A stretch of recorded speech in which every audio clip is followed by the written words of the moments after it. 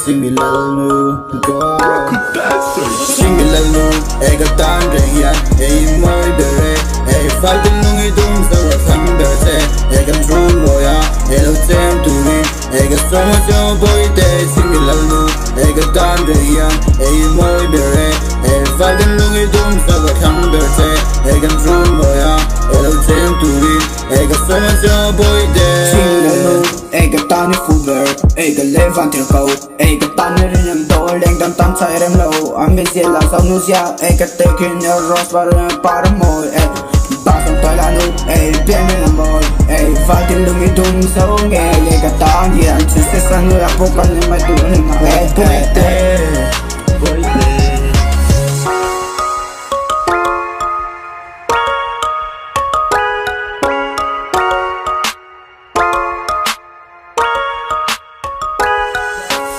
Chhingmit Lalnu, ega tan reyan,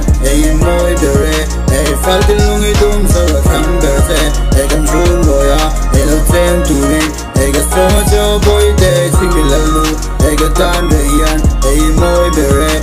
falten lungi dum sawa thamberte, ega trun moya, hlathar, ega soma jo boy de.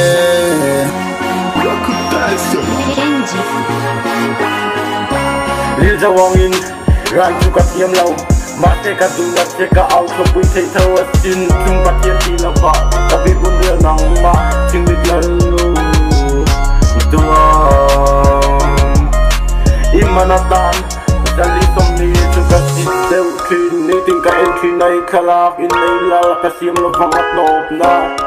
Itzan tu lilja wang ka duat ti ka lum ti kim tu ni Chhingmit Lalnu. Chhingmit Lalnu, ega tan reyan,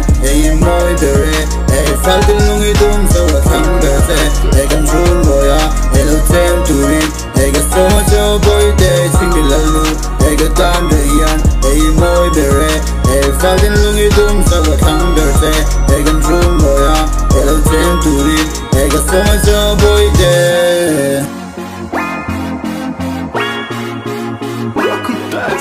Kenji